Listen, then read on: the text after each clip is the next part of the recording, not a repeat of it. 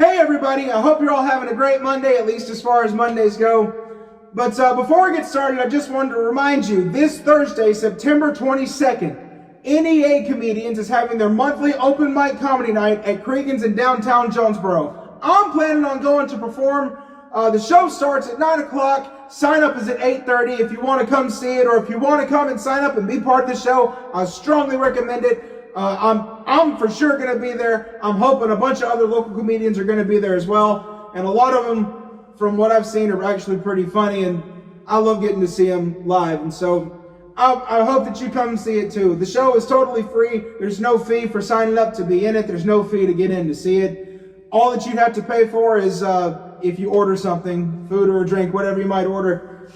That's it. So come see it. It's a free show. So much fun. This Thursday, 9 o'clock. In the meantime, let's start this show. Hope you like it.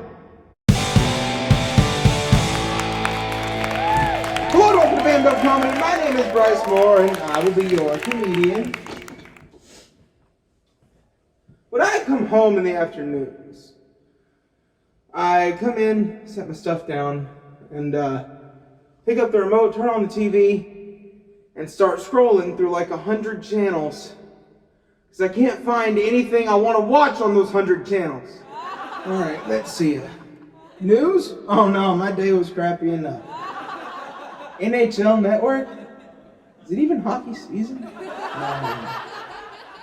Dog TV? They have shows that the dog can watch, but nothing on for the people.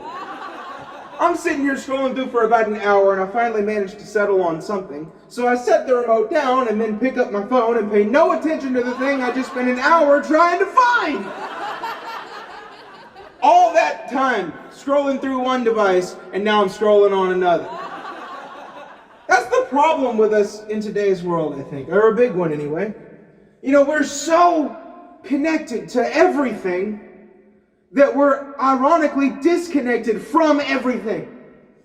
We have this strange desire to keep up with everything all at once. We want more and more, to the point that we can't focus on any one thing at all. You know, and then the one time that you go out and meet a three-dimensional person, and you're hanging out with them, and you finally look up from your phone at them, and they're saying something like, "Did you see where the Dallas Cowboys beat the GOP bill about Disney's meme shortage?"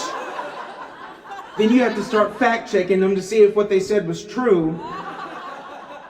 And then you find 6 articles on it saying that it's false. You call them on it, but then they show you 7 articles saying that their statement is true. That's where all of our misinformation comes from. It's not just a bunch of lies that people made up. It's 6 or 7 real stories that we all got mixed up. We're so confused nowadays. And it didn't used to be like that. 10 or 15 years ago, it wasn't like that. Life wasn't like that. We weren't so artificially connected. I remember a time where I didn't talk to anybody unless I was physically in the same room looking at them. You know? If we were all sitting down, me and my family, if we were all sitting down watching TV, then that's what we were all doing. And that's all we were doing. We weren't going on Facebook writing things like, "Watching Friends with the Fam, hashtag so funny." You simply watched Friends with your family. And you were content to do that. You were content and you were relaxed. You were so relaxed that you might even fall asleep if you stayed there long enough. You know? No melatonin necessary when you have good quality time with good quality people. I'm just saying, we focus so differently now from the way we used to because we spread ourselves so thin trying to stay informed. That's the main thing, is we got to stay informed. But I think I know about when that started, or at least this is what I think. A while back, when I was just a kid, DirecTV was promoting their Sports Mix channel. They also had a News Mix channel. And both ideas were the same, but the Sports Mix channel was watch 6 different games at one time. News Mix was watch 6 different newscasts at one time. And I remember thinking, how do I keep up with 6 different things going on all at once? But shortly after that, you know, you have your different social media platforms coming out, so people are keeping up with their friends who live in different cities, and some of them are living in different states. They're keeping up with strangers that they've never met before all over the world. You have celebrities hopping on these things, trying to stay connected with their fans, and you got all the news outlets hopping on these things, publishing stories left and right that you can read like that to stay informed. And suddenly your pal Robbie's over here telling you about how the Dallas Cowboys are beating up on the GOP and Disney. I'm just saying, that's not how it used to be. You know, used to, we didn't have so many different things to spread our attention to. Like, take my grandmother, for example. She grew up way before the internet, way before social media. I believe that she remembered getting a color TV.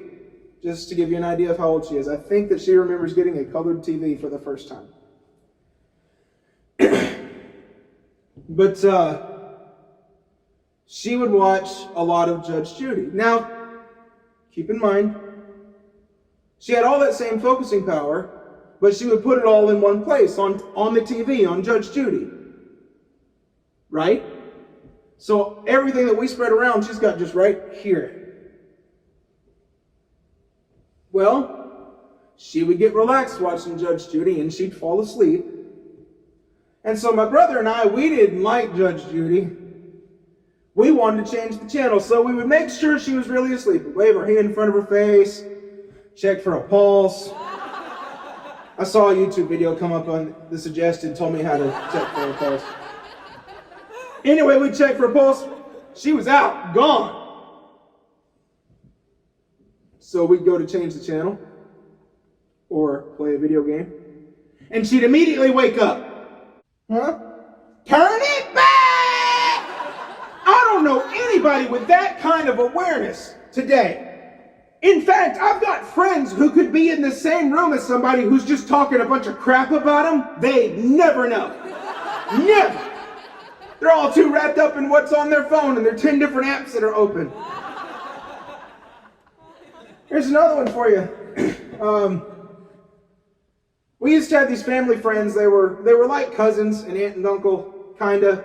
We called them aunt and uncle, but they weren't really, those kinds of friends. They moved to Colorado a long time ago, but they would visit Arkansas every summer. Well, one year, my Aunt Julie, that's her, and their youngest son, Caleb, they were staying with us for about a week. Well, one night during that week, Caleb and I were in the dining room just playing cards, different card games and things like that. And Aunt Julie was watching Fear Factor. Well, it was getting pretty late, and she decided she wanted to go to bed, but she still wanted to know who won on Fear Factor. So she asked Caleb and I to keep an eye on Fear Factor and let her know who won in the morning. First of all, what kind of focus overload are you going through that you decide you have to give up on the one extraneous thing over here that you still really want to know about it, but you got to give up on it and ask somebody else to pick it up for you? I mean, I get it. I've spread myself pretty far too. I'm not innocent in any of this, but I don't ever ask people to watch TV for me. And secondly, the audacity of this woman to come up to two teenagers and ask them to add one more thing to all this stuff that we're focusing on. I mean, for God's sakes, I've still got to keep up with Disney and their meme shortage. That's it for this episode of Band Up Comedy. Thank you so very much for watching. God bless you, and I'll see you again next time.